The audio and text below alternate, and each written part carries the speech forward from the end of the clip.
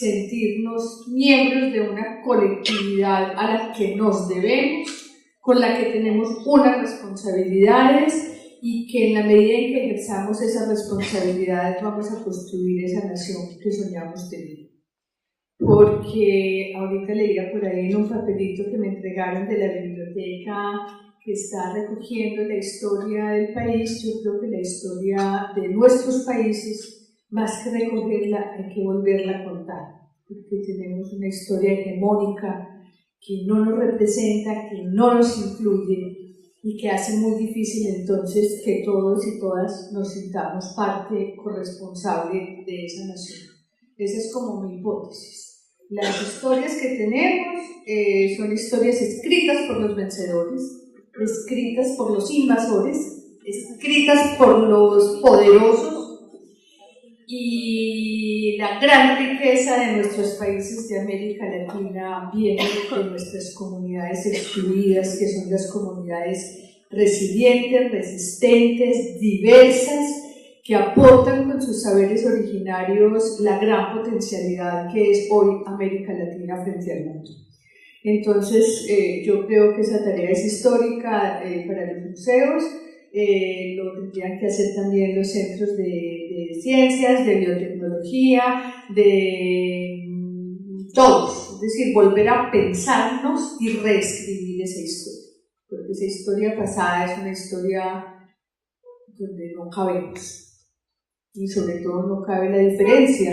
Y como lo decía Juan, amo el discurso que acaba de hacer Juan. Yo no sé lo que puede decir después de Juan.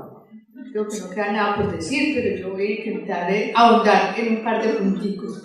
Gracias, Juan, por hacer ese mapa grandote de lo que deberían ser los museos. Lo dijiste todo, estamos completamente de acuerdo. La próxima vez que me vayan a invitar, digo que te inviten a ti. Se ahorran un pasaje, un hospedaje. Pero es muy bonito encontrar esa empatía en ese descubrimiento maravilloso que hemos hecho de lo que pueden llegar a ser estos lugares, estas experiencias museales, sean museos en el sentido estricto y antiguo de la palabra, o recorridos por la ciudad, o jardines botánicos, o lo que sea. Lo otro es decirles que quedó un paper escrito que me pidieron, que me imagino que se los entregan, y que voy a tratar de concretar como las palabras que tengo para decirles, muy a partir de la experiencia. Bueno, Juan, gracias, te quería dar las gracias y me voy a llevar esa presentación. Como si fuera propia también. Cuando usted no puede ir, diga que yo tengo una presentación y yo me la veo. Conozco mucho España, he ido mucho a España y he recorrido muchos museos y he aprendido mucho de los museos de España porque tenía muy buena relación con los museos de España. Yo no puedo hablar sino desde mi propia experiencia, no conozco Panamá. Desafortunadamente voy a empezar a conocerlo. Yo vengo de un país en guerra, en una guerra brutal, es una guerra que no nació con la guerrilla, que no nació con el narcotráfico, que nació en la exclusión histórica, que nació en el relato construido donde no cabían ni los negros, ni los indígenas, ni los pobres, ni las mujeres, y eso ha hecho también que el sistema excluya a los negros, a los indígenas, a los pobres, a las mujeres. Pero hoy tenemos un país que emerge con toda su potencialidad, donde las clases emergentes son hoy realmente el relato más poderoso. A Alexandra le consta que hemos logrado que la cultura, por lo menos en Medellín, esté en el centro del proyecto de desarrollo. Entendemos la cultura como el asunto del desarrollo. Entendemos que es la cultura la que se transforma. Entendemos que es desde la cultura que tenemos que transformar los sujetos y las realidades. Eso no se transforma desde la política, porque la política la manejan los poderosos, aunque hay que ser políticos, esencialmente políticos. No se transforma desde la economía, se transforma desde la noción que logremos instalar en un país de sí mismos y de la relación con los otros y con lo otro. Entonces vamos a arrancar bueno, yo soy sujeto político, ¿verdad?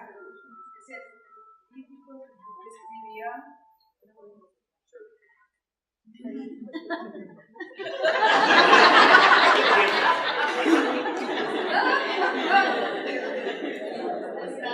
a hablar duro mientras llegue La ficharon. el sonido. Esos discursos supresivos dañan los micrófonos.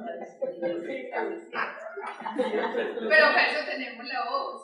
Claro. Eso. ¡Bravo!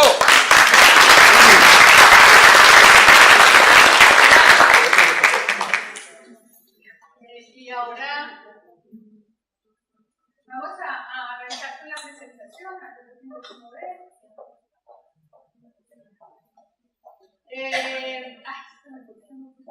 Vamos a hablar de un texto que les voy a recomendar, pero muchísimo, que ahora me lo estoy volviendo a leer, me lo leí a mediados del año pasado, que se llama Pulgarcita, de Michel Serres.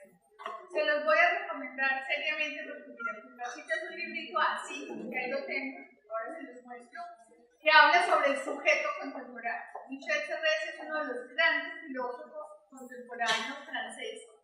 Y habla de cuál es ese sujeto que...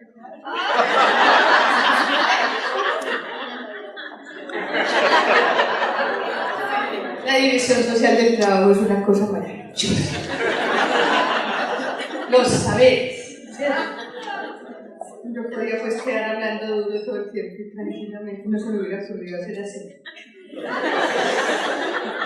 Michel Serres habla de Pulgarcita porque dice que los sujetos contemporáneos tienen el mundo aquí, en este par de pulgares. Y nosotros nos enfrentamos a unos sujetos contemporáneos.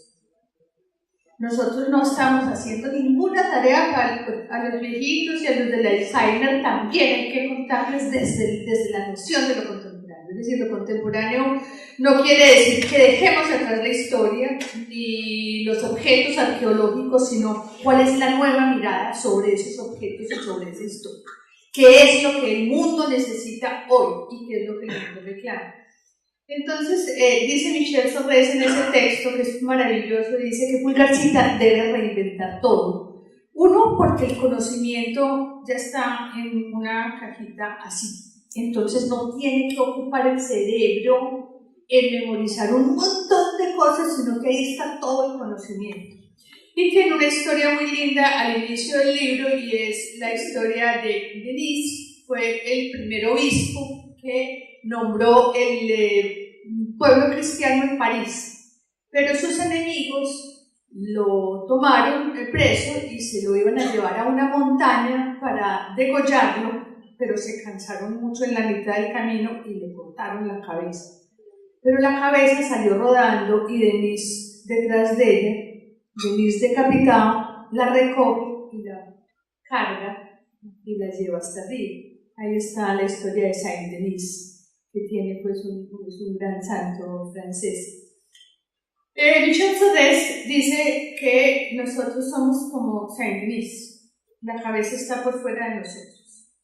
Es decir, todo ese lugar, todo ese hardware que alberga la información está en el computador. Entonces, ¿qué nos queda? Nos queda la imaginación, nos queda la intuición y nos queda la inventiva. Eso es muy bonito. Nos queda la emoción, que es un poco lo que estaba insistiendo, en lo que estaba insistiendo Juan. Los museos ya no son más esos recorridos lineales para contarle una historia cierta a nadie. Primero porque la historia con H se murió. Ya sabemos que no hay una historia. Hay un montón de historias. La historia con H es la de los vencedores y esa no nos interesa. Entonces son un montón de historias. Entonces Pulgarcita debe reinventarlo todo. Una manera de vivir juntos. Yo creo que ese es el reto más grande que tiene la humanidad hoy. Una manera de vivir juntos y nosotros como pedagogos, como museógrafos, como curadores o conservadores o como tenemos que ser capaces de ayudarle al sujeto a aprender a vivir consigo mismo y con los demás. Tiene que inventar las instituciones, tiene que inventar una manera de ser y de conocer. Comienza una nueva era que verá la victoria de la multitud anónima pero individuada, sobre las élites dirigentes bien identificadas. Hoy somos capaces de mover el mundo desde un Twitter. Cada uno puede poner su opinión, pero podemos construir una movilización social a partir de cada sujeto en una multitud que es anónima contra unos poderes que no hubiéramos podido combatir hace muchos años e instalar nociones contemporáneas incluyentes contra esas nociones hegemónicas excluyentes.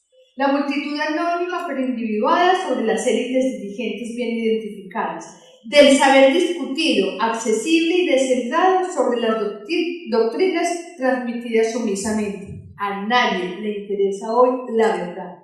La verdad no existe, como no existe la historia. A la gente le interesa tener opciones para aproximarse al conocimiento y aproximarse a su propia realidad. Que lo que uno habla en el otro sujeto sea una pregunta por cómo se entiende usted en el universo, cómo se entiende con los otros, cómo se entiende con la naturaleza, cómo se entiende con el poder, cuál es su papel.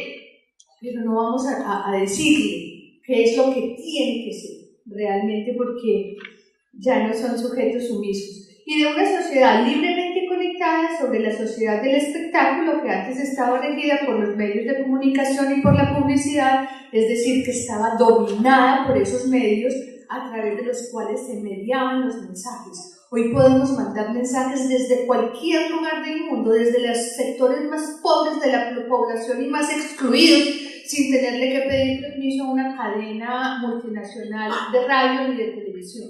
Hoy tenemos la posibilidad de ser todos en medio de la diferencia. Michel Serres dice una cosa que a mí me parece fantástica. Dice: veo que nuestras instituciones relucen con un brillo semejante al de las constelaciones, que, según nos enseñan los astrónomos, ya están muertas desde hace largo tiempo. Yo creo que eso hay que pensarlo seriamente. Muy poquita gente contemporánea se traga la historia pues de el museo, el castillo, eso es uno más de todas las objetos que tiene a su alcance, y vamos a tener que reinventar las instituciones que no están centrando la verdad en ellas mismas, que son abiertas, que son capaces de construir discursos múltiples, en disputa, donde todos sientan que caben y donde todo el mundo tiene una opinión. Yo creo que esa frase pues, es una cosa dolorosa, pero que es muy importante. Sí, creo que hoy los sujetos tienen toda la mano, que tienen todas las respuestas. Uno siempre que necesita un dato de un personaje, una cosa, coge 2 minutos y tiene en su teléfono, tiene la información, pero sigue habiendo 2 preguntas que yo creo que son las preguntas de la humanidad, o las angustias de la humanidad, que es cómo combatir esa certeza de la finitud y de la soledad. Es decir, el ser humano siempre va a estar preocupado por ser un sujeto que se va a morir, que la vida se le acaba. Entonces siempre está preguntando qué es lo que tiene que hacer, qué es lo que tiene que dejar de hacer, qué es más importante, a qué le puede dedicar su tiempo, dónde centra su trabajo, cómo garantiza la trascendencia, si la trascendencia es un Dios, si la trascendencia es su propia labor en la tierra. Esa pregunta no va a dejar de existir, y yo creo que esa es una tarea del arte y de la cultura. Pero que también ahí está la religión para ayudar a resolver ese tema de la finitud y de la soledad. Entonces yo creo que al arte y a la cultura le queda sobre todo la segunda pregunta, que es cómo vivir en comunidad. Cómo logramos a través del arte y de la cultura, esos objetos que nos representan, de esos objetos que representan la cultura, de esos objetos que dan cuenta del mundo que nos rodea y de sus relaciones, de esas, no solamente objetos, como decía Juan, de los conceptos, de las relaciones, de las interacciones. ¿Cómo hacemos nosotros para comprender que somos sujetos diversos en el mundo, que tenemos que compartir un mundo cada vez más estrecho, con menos oportunidades, o más amplio también en el sentido de que el mundo está abierto, pero las oportunidades cada vez están más disputadas, el empleo, el salario, la inclusión? cómo hago yo parte de una sociedad y no me siento excluido.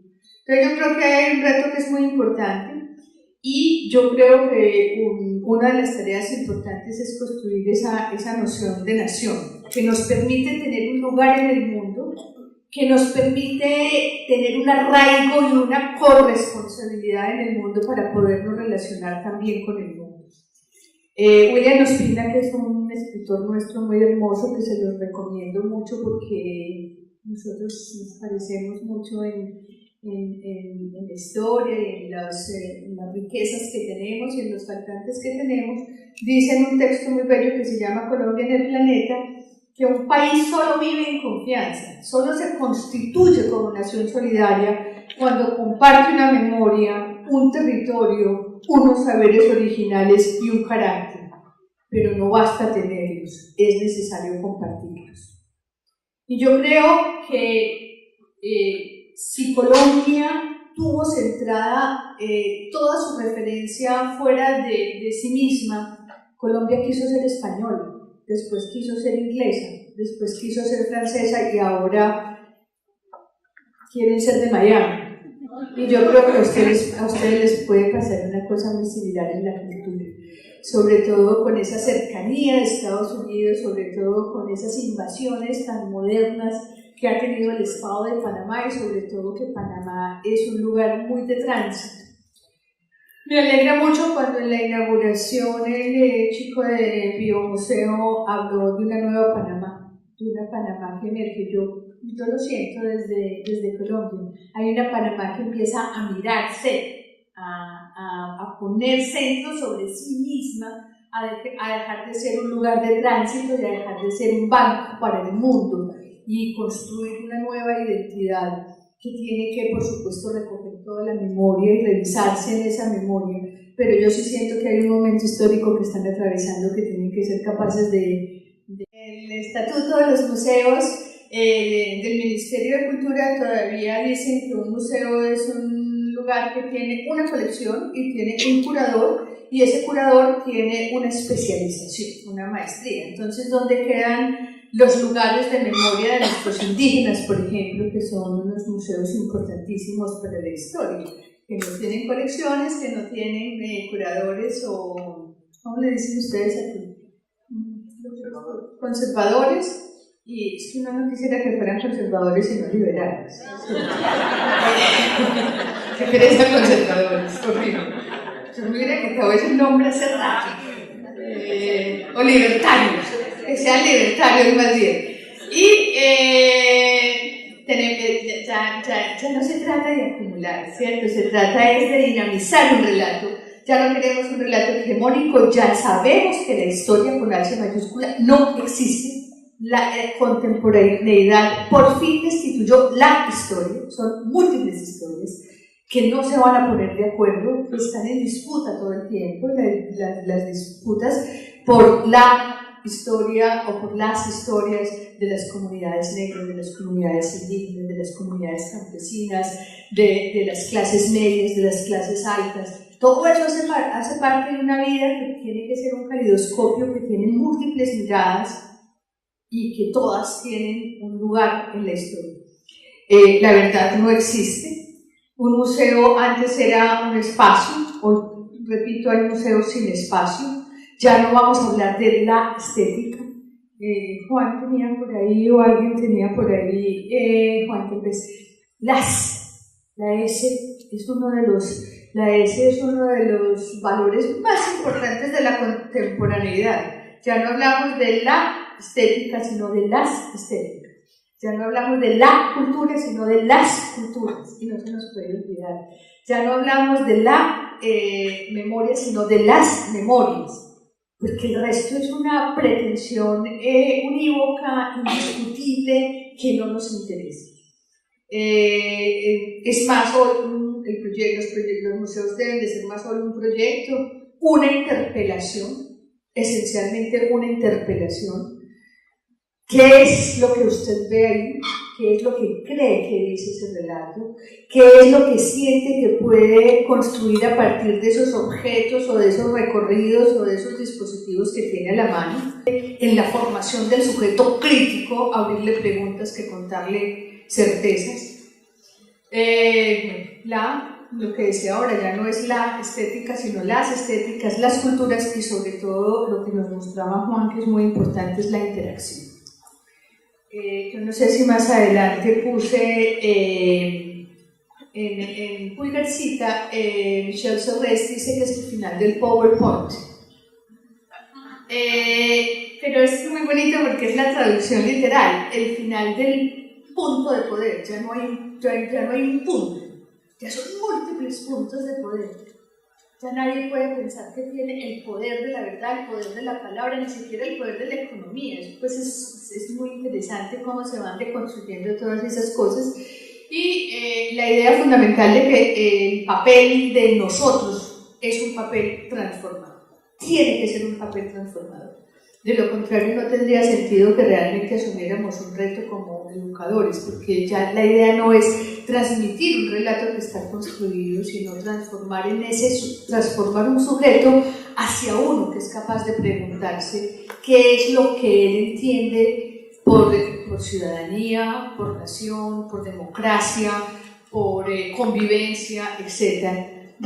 A partir del reconocimiento por lo propio. Yo voy a insistir mucho en esto, yo creo que es la tarea más importante que tienen los educadores hoy en el mundo y particularmente en América Latina.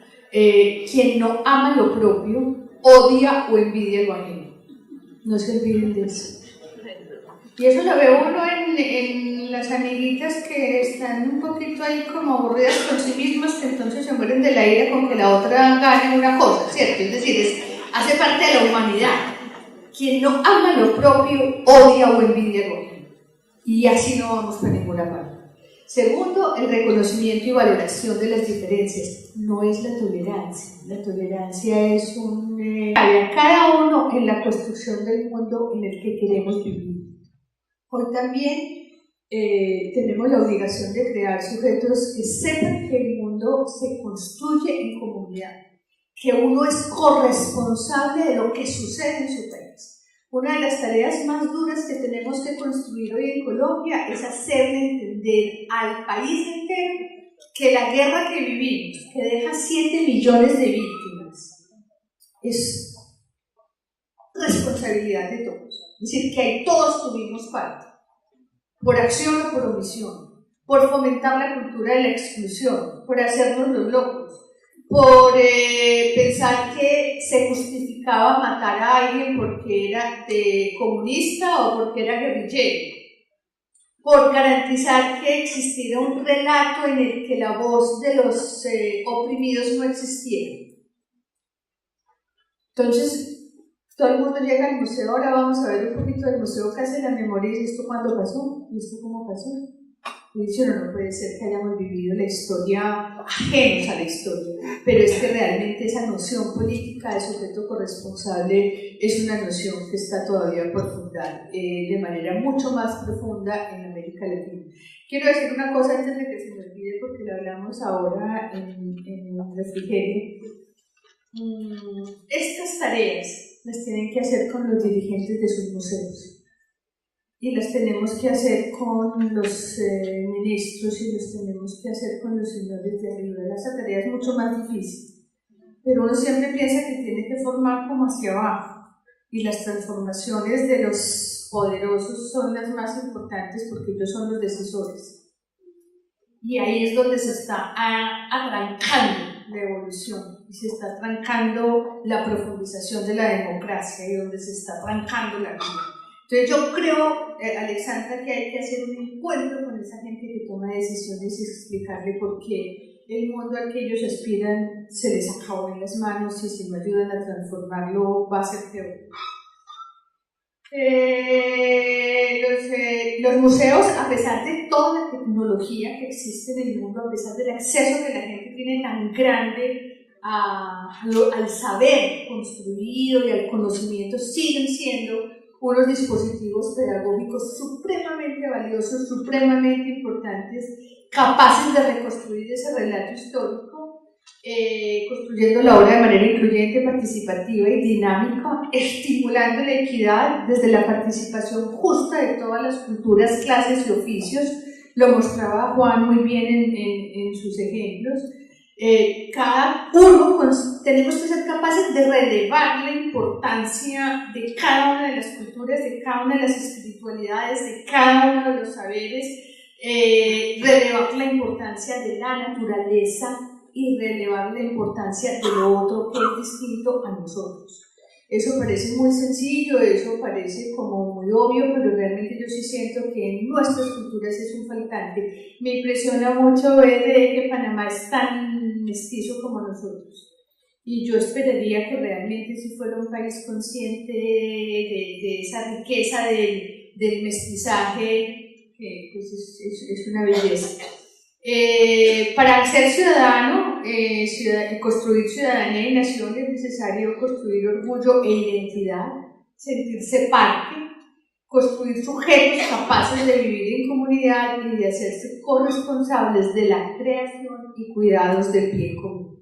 Juan también lo nombró, el bien común es una noción que es muy importante fundar en los sujetos, porque es la noción que funda la política, la verdadera política. La política es la construcción del bien común, que sirva por igual a todos los sujetos independiente de donde vivan. Hablábamos ayer también de, por ejemplo, la educación es un bien común, porque a todos por igual nos interesa la mejor educación, pero nos tenemos que hacer corresponsables. Los parques, hablábamos ahora con nuestra amiga Paisa, que no ha ido a Medellín desde que tenía 15 años, me decía que la gente no maltrata las obras de Botero porque las siente propias.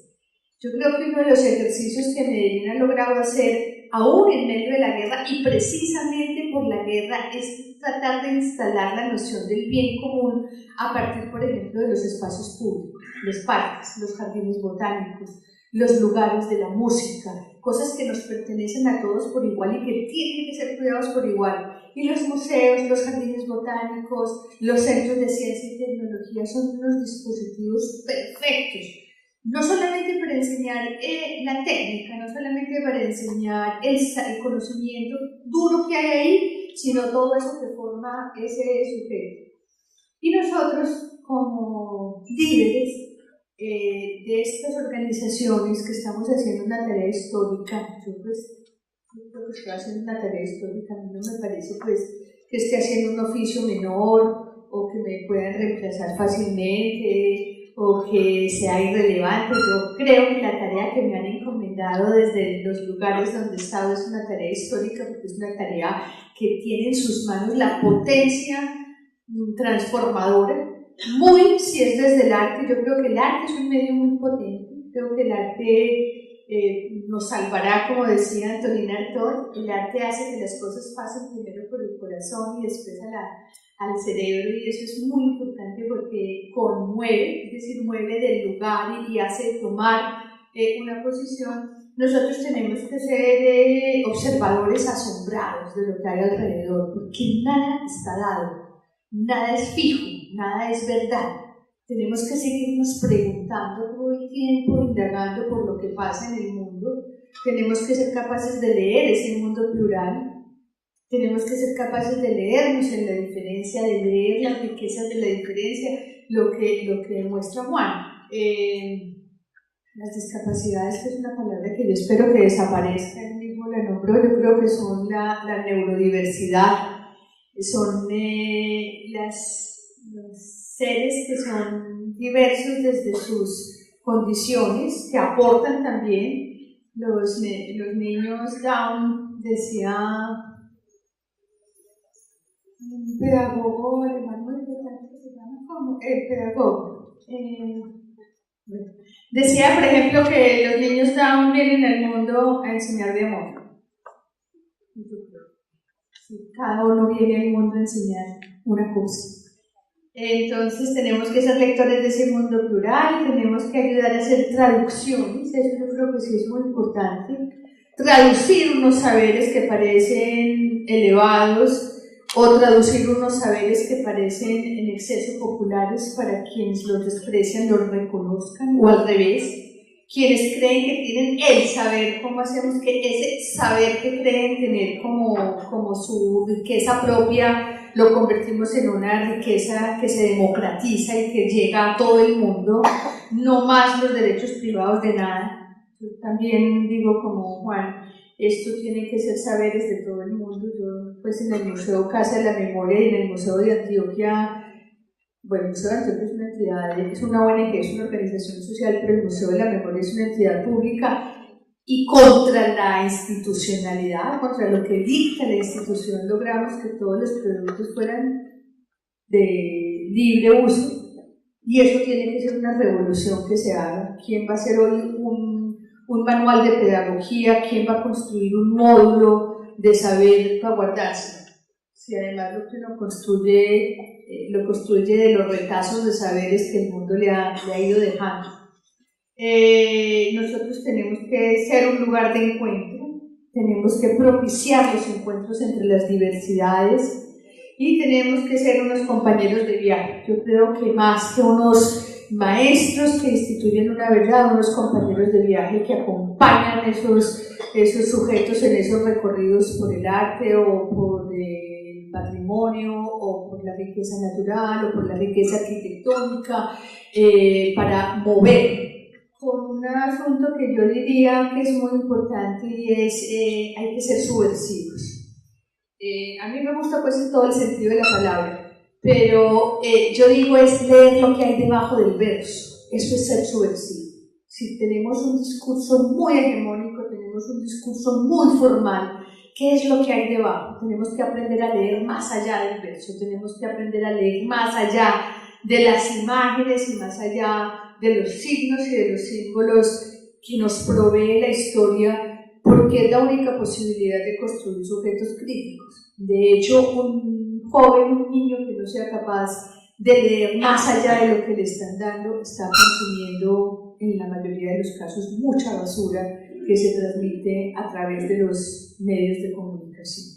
Entonces yo les digo, mire, amen su oficio como el que más, entiéndanse como revolucionarios y entiéndanse como sujetos históricos, sobre todo en un país como Panamá, en una ciudad además que empieza a tener una dinámica propia desde la descentralización, que es una oportunidad muy bella también de construir un relato de ciudad.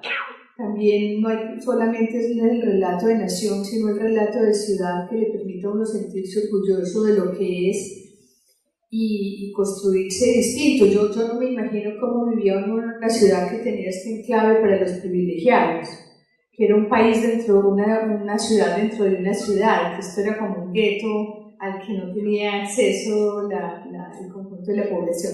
Vamos a ver un videíto. Les quiero mostrar una presentación simplemente, una presentación pequeña de lo que diseñamos como Museo Casa de la Memoria.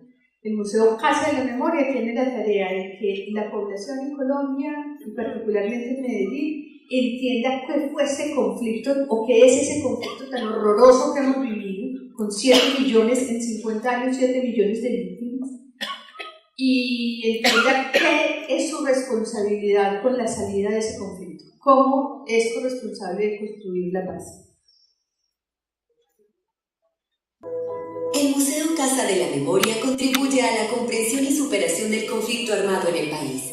Construir memorias como espacios de reparación simbólica que nos permitan restablecer la dignidad de las personas afectadas y elevar la conciencia de todos para ayudar a la transformación de la sociedad hacia una que resuelva de manera pacífica sus conflictos, respetando y valorando la vida. ¿Qué queremos en el futuro? ¿Cuál es nuestra visión? Que el Museo Casa de la Memoria sea un lugar abierto y en permanente diálogo, a través del cual contribuyamos a la no repetición, al respeto y la valoración de la vida. Es decir, que construyamos un horizonte de paz y reconciliación y no repitamos nuestros errores. ¿Cómo construye memoria el museo? La casa es el lugar donde reposa la memoria. donde se sienten acogidas y representadas las víctimas. El museo, a través de representaciones, hace visible una guerra que pocos conocen, para que comprendamos lo sucedido, reflexionemos sobre nuestro futuro e impidamos que vuelva a pasar. Principios éticos de la acción: dignidad, respeto, solidaridad, diversidad, corresponsabilidad. Principios metodológicos de la acción: memorar, contextualizar, interpretar, reconocer, dialogar, aprender y reflexionar, diálogo de saberes, hacer conciencia, enfoques, de derechos, diferencial, cultural, psicosocial, de acción sin daño, participativo. Para cumplir nuestra misión, el museo desarrolla acciones en 5 líneas estratégicas. Primero, producción, circulación y activación de memorias. A través de esta buscamos estimular la producción y circulación de memorias, reflexionando sobre las lógicas del conflicto armado, violencias relacionadas y resistencias. Para esto se lleva a cabo la producción, documentación y preservación de memorias relacionadas con el conflicto y quienes lo han vivido, y la circulación y activación de las memorias a través de agendas académicas, expositivas, mediáticas y culturales. Para esto realizamos los siguientes proyectos: memorias en diálogo desde el territorio, memorias de organizaciones de víctimas y excombatientes, exposiciones, activaciones e interacciones, proyectos compartidos con otras instituciones: Medellín Basta Ya, garantías de no repetición, exhumación, atención psicosocial y memorias de la escombrera, tejiendo los hilos de la memoria, tejido, memoria y salud mental. Segundo, gestión del conocimiento. Construimos y socializamos nuevo conocimiento sobre las experiencias y aprendizajes, buscando la comprensión del conflicto para no repetir nuestras acciones del pasado y así construir paz. Para ello se realizan 2 acciones: análisis, sistematización, conservación, difusión y producción de conocimiento que contribuyan a la memoria histórica. Además, diseñar medios, herramientas y metodologías que posibiliten la creación de conocimientos con los actores y aliados. Seguimiento, evaluación y sistematización institucional. Proyectos que adelantamos desde esta línea. Centro de recursos para la activación de la memoria. Activación del banco de testimonios. Investigación en patriarcado, masculinidades hegemónicas y violencias, así como publicaciones. Tercero, movilización e incidencia política. Con esto buscamos involucrar y motivar al desencadenamiento colectivo de acciones de visualización, resignificación, denuncia, resistencia y solidaridad. Buscar la generación de actores constructores de paz comprometidos, que asumen, aportan y median para la superación del conflicto y las violencias relacionadas. Para lograrlo se consideran 3 tipos de acciones: la incidencia política, definida como diálogos y acciones para involucrar en temas de interés la voluntad política de personas y grupos reconocidos como decisores. La movilización ciudadana, para generar masa crítica frente a los temas de memoria, paz, reconciliación e historia del conflicto. Y la gestión de redes, como medio para la articulación de los esfuerzos institucionales. Para esta línea tenemos los siguientes proyectos: comunicación pública, Mesa Interinstitucional Voces de Paz, Campamento Voces de Paz, Agenda Académica. Cuarto, Pedagogía para la Paz y la Reconciliación. Con esta queremos favorecer procesos educativos que contribuyan a la transformación de la cultura hacia una que resuelva pacíficamente los conflictos y valore la vida. Para lograrlo desarrollamos las siguientes acciones: construcción de estrategias pedagógicas, construcción de estrategias didácticas para complementar las visitas al museo, concertación de procesos formativos con diferentes grupos sociales. Los siguientes proyectos nos permiten alcanzar este propósito: Memoria Joven, Laboratorio Pedagógico para Maestros, transversalizando el currículo, Escuela de Mediadores, Diplomados y Formación, Proyectos Compartidos, Diplomados sobre Conflicto, Territorio y Vida, escuela itinerante de mediación y paz en Medellín. Quinto, finalmente tenemos el modelo gerencial, que consiste en una estructura administrativa particular que pone en el centro de su operación las acciones que el museo desarrolla. De esta manera, buscamos que lo administrativo esté al servicio del cumplimiento de nuestra misión.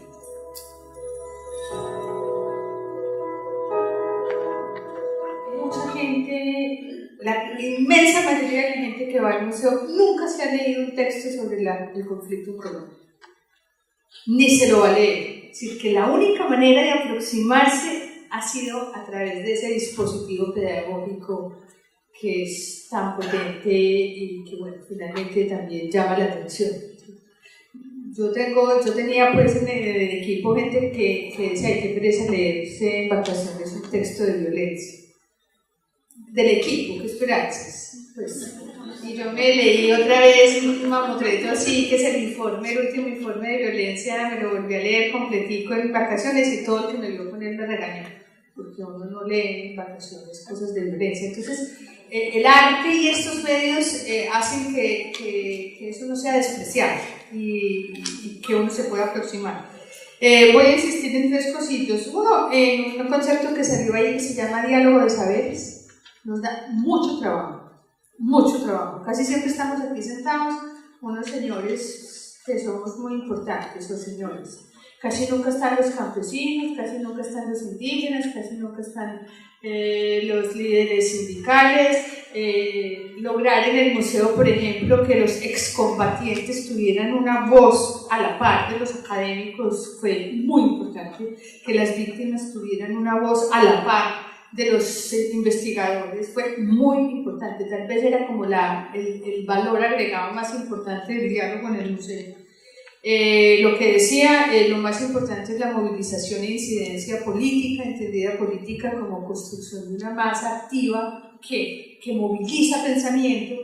Y le quería decir a Juan y al resto de la humanidad, nosotros estamos mucho más preocupados con los hombres que con las mujeres y nuestra perspectiva de género es masculina, porque esos señores están abandonados.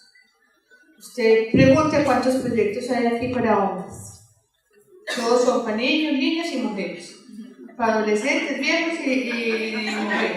De los pobres sujetos masculinos, que son los que van a la guerra, que son los que están enfrentados a la sostenibilidad, que son los que además estamos peleando con ellas porque le pegan a las mujeres, no son sujetos de nada.